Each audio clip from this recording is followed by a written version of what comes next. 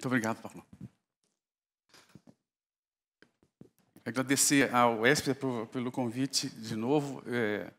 Você colocou no histórico, Esper, que o Mário e o David estavam desde a primeira versão. Você esqueceu de algumas outras pessoas que estavam na primeira versão também. Bom, vou começar falando, eu deixei meus slides em inglês, mas vou falar em português, evidentemente. Começar falando da história natural da infecção pelo HIV não tratada, que se caracteriza por um pico de viremia, onde há uma queda do número de células TCD4 na fase aguda, seguido por um paulatino declínio ao longo dos anos do número de células TCD4, até o estabelecimento de imunodeficiência clinicamente relevante. Então, o achado principal da infecção pelo HIV, manifestada pela queda de células TCD4 e do fator prognóstico que ela carrega, é que a infecção pelo HIV ela interrompe, ela traz um distúrbio à homeostase de células TCD4. Isso causa uma perda de células TCD4 e imunodeficiência celular. O que existe de informação em relação à proteção contra a progressão para AIDS? Não estou falando aqui de proteção contra a aquisição, mas proteção de progressão da doença em pessoas já infectadas. Existe um grupo de pacientes, cerca de 1 a 3%, infectados pelo HIV, que mostra uma progressão lenta. Eles têm níveis altos de células TCD4, uma viremia baixa ou ausente, e permanecem assim por mais de 10 anos sem tratamento com antirretrovirais. Existe também um segundo grupo, os controladores de elite, que tem a viremia ausente, também na ausência de antirretrovirais. E quais seriam os mecanismos associados a esses estados de proteção da evolução? Alguns estudos mostraram que pessoas que têm esse fenotipo foram infectadas por vírus defeituosos, por exemplo, com deleção no gene NEF. Mas também foram mostrados, há muito tempo, fatores genéticos do hospedeiro que estavam ligados a melhores evoluções, como a mutação do CCR5-delta32, que atrapalha a entrada do vírus, determinados alelos de moléculas HLA, como B27 e B57. Bom, como é a história natural da infecção em progressores lentos? Ao invés de ser, como ela está mostrada aqui, bom, primeiro eu estou mostrando aqui o que acontece. Se você tratar um paciente convencional que baixou como era o paradigma, deixar ele começar a tratar quando a carga viral tivesse por volta de 300, 350, muitos deles, a maioria vai voltar, vai ter uma recuperação imunológica e vai ter número de células TCD4 elevados novamente. Mas os pacientes progressores lentos, eles mantêm aqueles níveis elevados de células TCD4 ao longo do tempo, sem a necessidade de terapia. Então, se a gente sabe que a imunocompetência está relacionada com a preservação do número de células TCD4, quais seriam essas células TCD4 que seriam as mais importantes para manter esse estado de imunocompetência? A gente sabe que a homeostase de células TCD4 está prejudicada na infecção crônica pelo HIV, e o que a gente pode dizer é que de baixo para cima seria aumentando a carga do HIV e a ativação das células CD4 também. Dá para ver que no momento em que há pouca carga viral, existem muitas células naíves, células que não encontraram antígeno ainda, que vão se diferenciar em células de memória. À medida que progride a infecção, as células naíves vão diminuindo, vão acabando. E a diferenciação delas para células de memória vai ser mais acelerada. E isso vai levar a uma quantidade maior de ativação celular e de morte celular. E já se observou que as células TCD4 naive, elas são preservadas nos pacientes progressores lentos. Dá para ver aqui o controle progressor lento, enquanto que elas são perdidas nos pacientes progressores. Então, aqui tem algumas pessoas, some important people are here. Então, um outro aspecto importante é que as células T naive, CD4, isso varia um pouco de trabalho para trabalho, mas elas, pelo menos, não têm uma recuperação completa após a terapia antirretroviral. Então, esse é um slide de um paper do Tom Evans também, bem inicial, que mostra que a recuperação de número total de células TCD4 após o início da terapia antirretroviral, mas que existe o número de células T e a porcentagem de células TCD4 naive basicamente não se altera. Quer dizer, aquele restabelecimento, basicamente, às custas de células T de memória. Bom, então, para a homeostase de células TCD4, a participação das células T naive é importante numa situação fisiológica, porque é um pool de células T naive representativo que pode gerar uma manutenção de um repertório de células T diverso, que pode gerar imunidade a patógenos ou novas vacinas, antígenos novos que estão sendo introduzidos naquele paciente a partir daquele momento. Aqui estão as células T, e elas têm um programa as células T naive têm um programa de manutenção, de manutenção de número do seu compartimento, basicamente às custas de proliferação homeostática, dependente de leucina 7 e alguns sinais do receptor de células T também. Bom, o que a gente sabe é que as células T de pacientes progressores lentos, elas têm respostas funcionais muito fortes, geralmente, tanto respostas de células TCD4, como respostas que são relacionadas, a correlação de células TCD4 e CD8 contra o HIV, que é importante. Esse aqui é um dado que nós geramos aqui na faculdade. Então, considerando epitopos de ômega-6 de classe 2, o reconhecimento, a magnitude vezes o número de peptídeos nos progressores lentos é muito maior do que nos outros grupos clínicos. Né? Nós começamos a pensar, mas será que os fatores clássicos de proteção contra a evolução do HIV explicam o que a gente está vendo aqui na nossa situação, no nosso país? Então, o que a gente fez foi, de um grupo de pacientes progressores lentos da faculdade, da disciplina de imunologia e da Casa da AIDS, nós fizemos a genotipagem dos receptores CCR5 e a tipagem HLA e HLA-B desses pacientes. E o que deu para ver, de 11 pacientes que estão mostrados aqui, todos que estão marcados em verde, são pacientes que não têm um HLA de proteção e não têm a mutação delta 32. Então, 7 dos 11 não têm fatores clássicos de proteção. Quais seriam, então, esses fatores de proteção que esses pacientes teriam? Né? E será que, a partir da identificação desses fatores protetores, nós poderíamos pensar em encontrar alvos terapêuticos? Então, para fazer esse estudo, já que a nossa pergunta era muito ampla, nós usamos o Gene Expression Profiling, né, a expressão, a análise de transcriptoma dos mononucleares periféricos de pacientes progressores lentos. Nós usamos 8 para pacientes progressores lentos, que definidos como aquela duração, um CD4 maior que 500 e uma carga viral baixa ou indetectável. Os pacientes tratados com sucesso com antirretrovirais, ou seja, que eles tinham CD4 acima de 500 e todos tinham supressão viral, e 10 controles, todos com variamento de idade e sexo. Esses foram os pacientes que nós utilizamos nesse estudo. Então, aqui os pacientes progressores lentos, aqui os tratados com sucesso. Essa é a forma de análise do code-link, que foi o macroarray que nós utilizamos para fazer a reação. E o que a gente nos interessou foi identificar, então, quais eram os genes diferencialmente expressos nos pacientes progressores lentos, no PBMC deles, e nos tratados com sucesso versus controles. Então, nós observamos que havia 29 genes que estavam exclusivamente aumentados, com expressão aumentada nos progressores lentos, e 45 genes que tinham expressão seletivamente diminuída nos progressores lentos. E havia um número grande de genes que estavam com expressão compartilhada entre um grupo e o outro. Nos interessou, inicialmente, a olhar esses genes diferenciais exclusivos dos progressores lentos.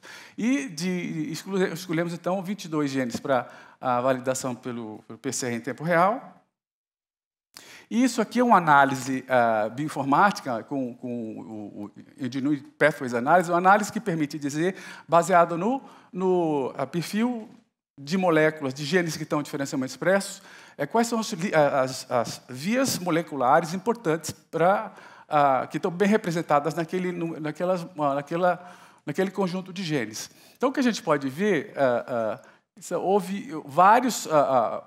o que está aqui em preto é progressor lento e o que está em cinza é tratado com sucesso. Eu queria começar aqui mostrando os genes com expressão diminuída. Então, dava para ver aqui genes da resposta inflamatória eram diminuídos no long term non progressor, tinha menos inflamação, relacionados a doença infecciosa, relacionados a morte celular e sobrevivência, sinalização celular.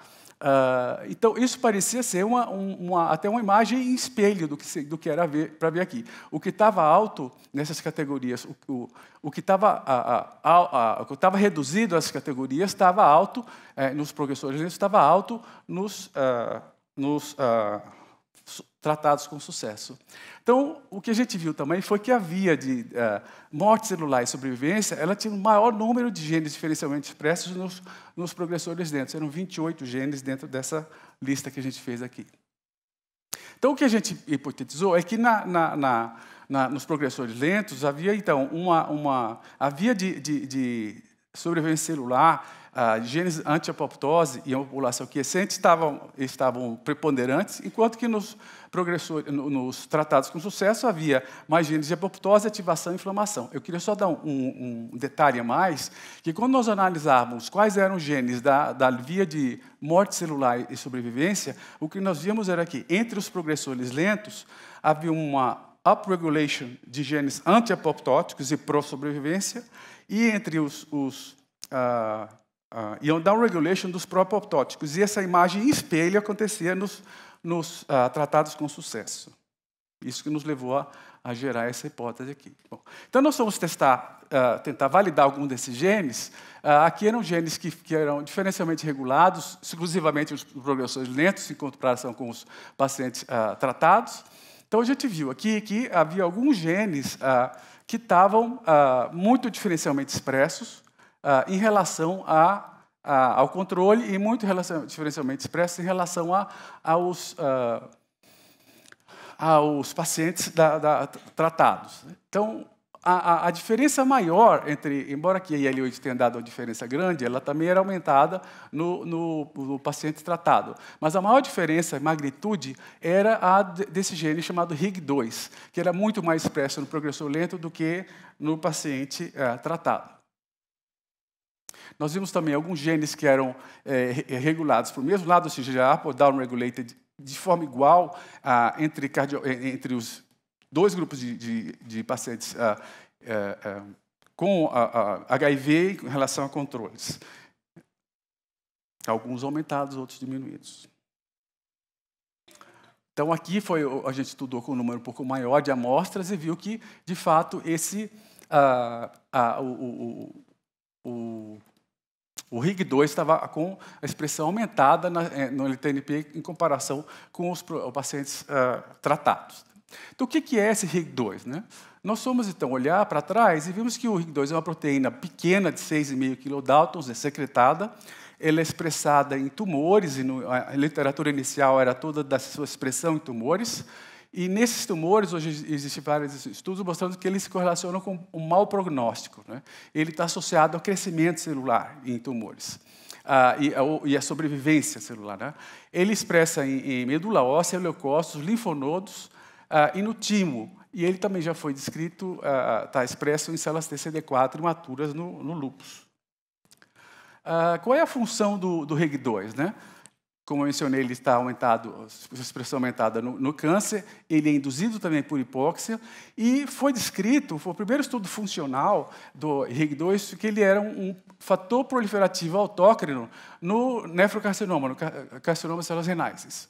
E nesse trabalho foi mostrado que ele era tanto um alvo, um gene downstream, né, induzido pela via da beta-catenina, como um agonista dessa própria via. Então, ele era capaz era produzido, era capaz de ativava a via beta-catenina. E ele está relacionado com a renovação de células tronco e a característica de pluripotência dessas células. Aqui, então, mostra a via da beta-catenina.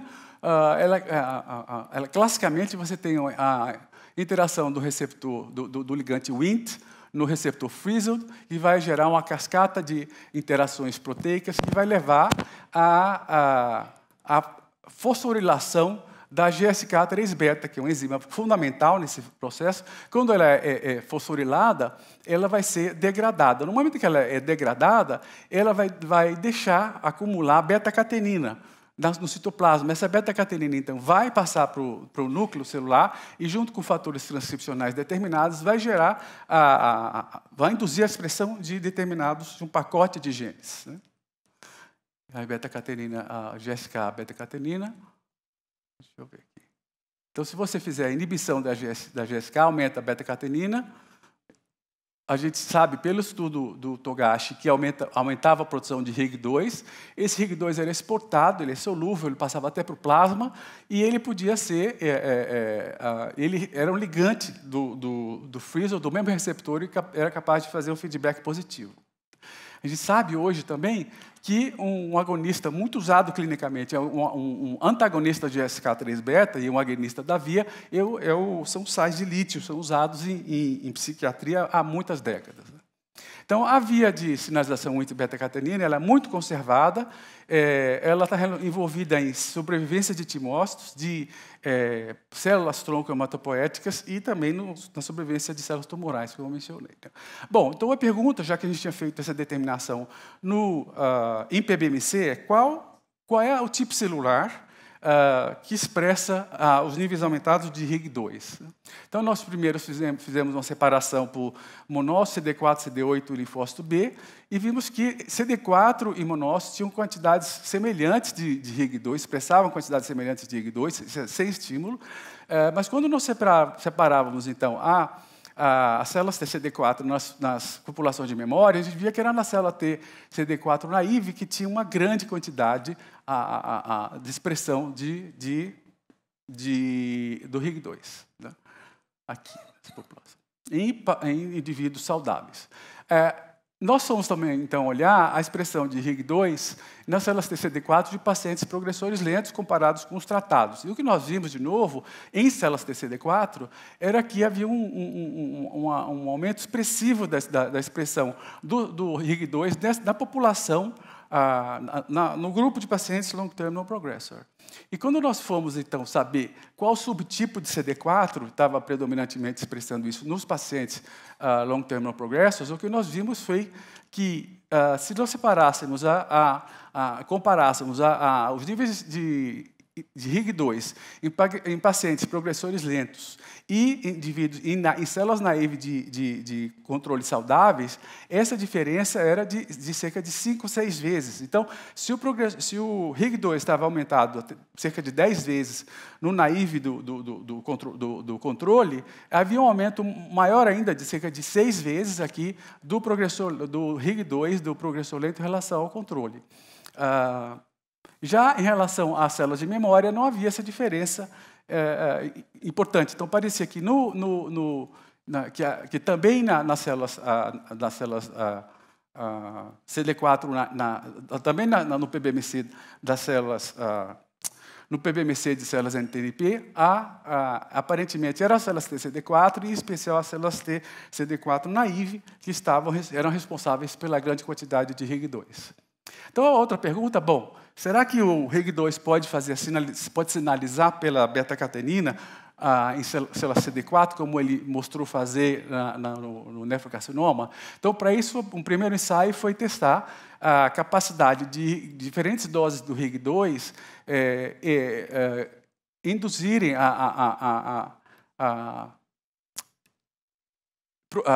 diminuírem progressivamente, aumentarem progressivamente a quantidade inibir Não, exato. Se o Frizzle 10, o receptor solúvel, era capaz de inibir a fosforilação do GSK3. Aqui, sem o receptor ter uma fosforilação forte, e à medida que aumenta a concentração do receptor, que compete pelo RIG2, não há mais fosforilação. Então, aparentemente, o RIG2 era capaz de sinalizar pelo receptor.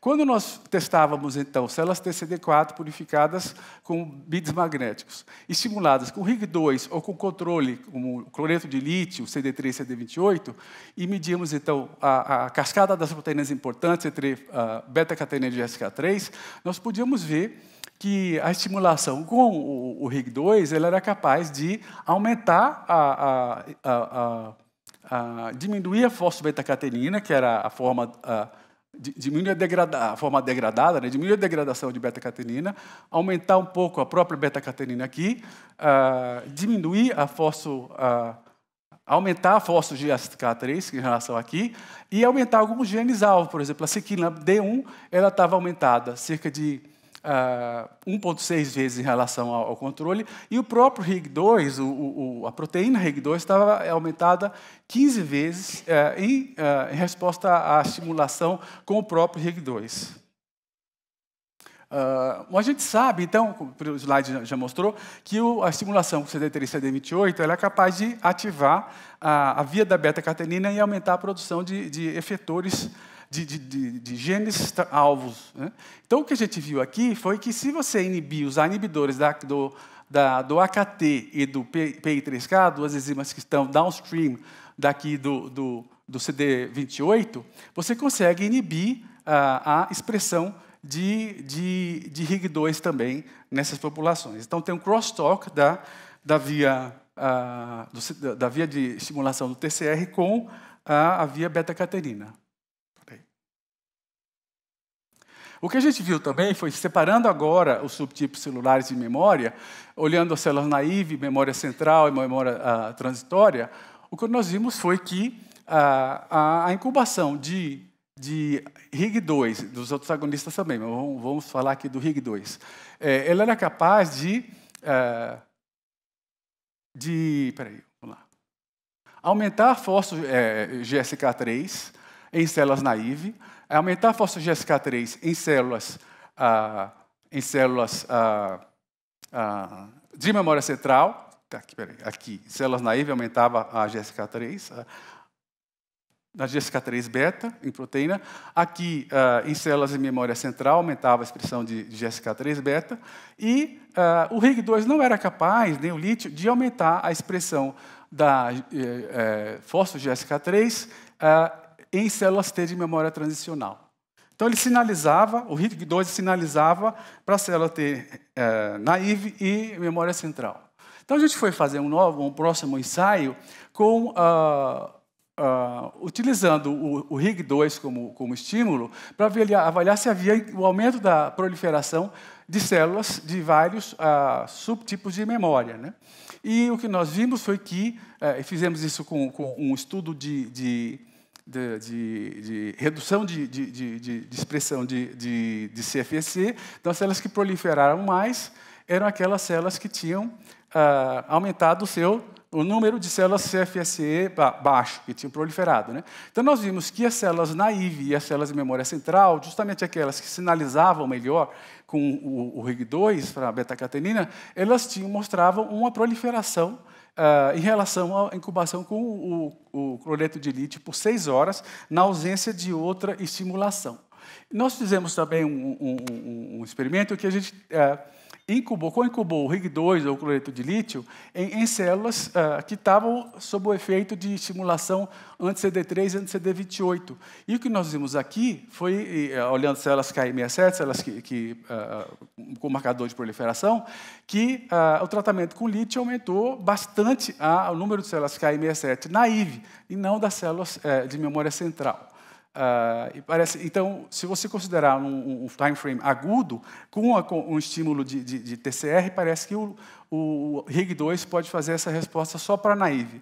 Uma resposta mais baixa, menos intensa, só com o RIG2 é capaz de alterar esse perfil proliferativo. Um outro aspecto que nós observamos, a gente tentou olhar a correlação entre o número de células TCD4 desses pacientes progressores lentos com os níveis de expressão de RIG2. E o que nós vimos foi uma correlação negativa, o R não era tão alto, mas a correlação negativa significando que quanto menor o CD4, dentro da faixa de 1.500 a 500 aqui, maior era a expressão de RIG2. Tá. Também nós acompanhamos alguns casos nossos de pacientes progressores lentos e nós podíamos ver o seguinte, enquanto que alguns deles mantinham no nível de células CCD4 altos, acima de 500 ao longo do tempo, né, esse aqui é um segmento de 5, 6, 7, sei lá, de volta de 7 anos, alguns dois desses pacientes, ao longo dessa observação, eles diminuíram, apresentavam níveis diminuídos de células CCD4 abaixo de 500, quer dizer, caíram da definição de progressor lento. E o que nós observamos nesses dois pacientes, quando a gente comparou o CD4 e os níveis de expressão de RIG2 da primeira amostra e da última amostra, nós vimos nessa transição do LTNP, da progressão do LTNP, nós vimos que esses dois pacientes tinham níveis iniciais de 1.250 a 720 CD4, e que quando eles baixaram para 450, 470, os níveis de RIG2 tinham baixado substancialmente. Né? Então, como conclusões, nós imaginamos que, nós podemos dizer que o aumento da expressão do RIG2 ela foi observada em células TCD4 naive de indivíduos não infectados, que ela estava ainda maior em células T naive de pacientes progressores lentos, que o RIG2 é capaz de ativar a via da beta-catenina na CD4 e ativa a sua própria expressão, e ele pode levar à proliferação aumentada de células naive e de memória central. Tem um crosstalk com a via AKT.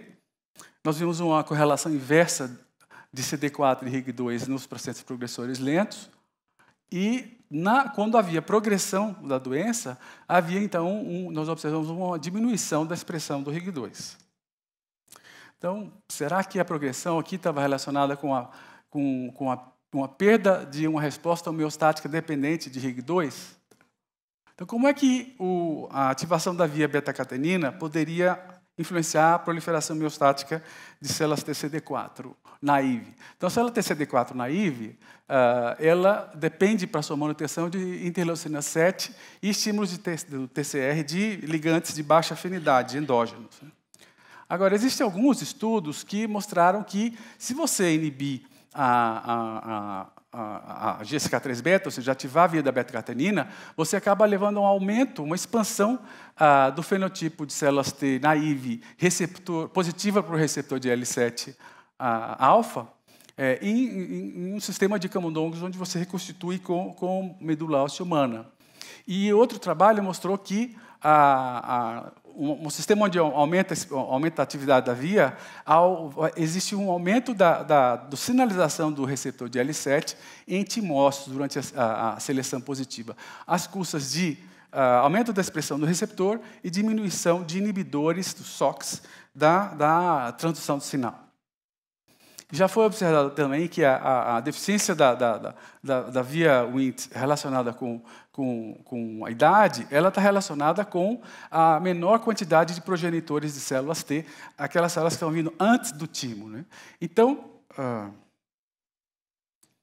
voltando para o slide da homeostase, a gente pode imaginar aqui que nos progressores, que têm menos células T naive, essas células estão diminuídas, a proliferação homeostática de células T naive estaria diminuída. Enquanto nos progressores lentos, essa proliferação estaria aumentada.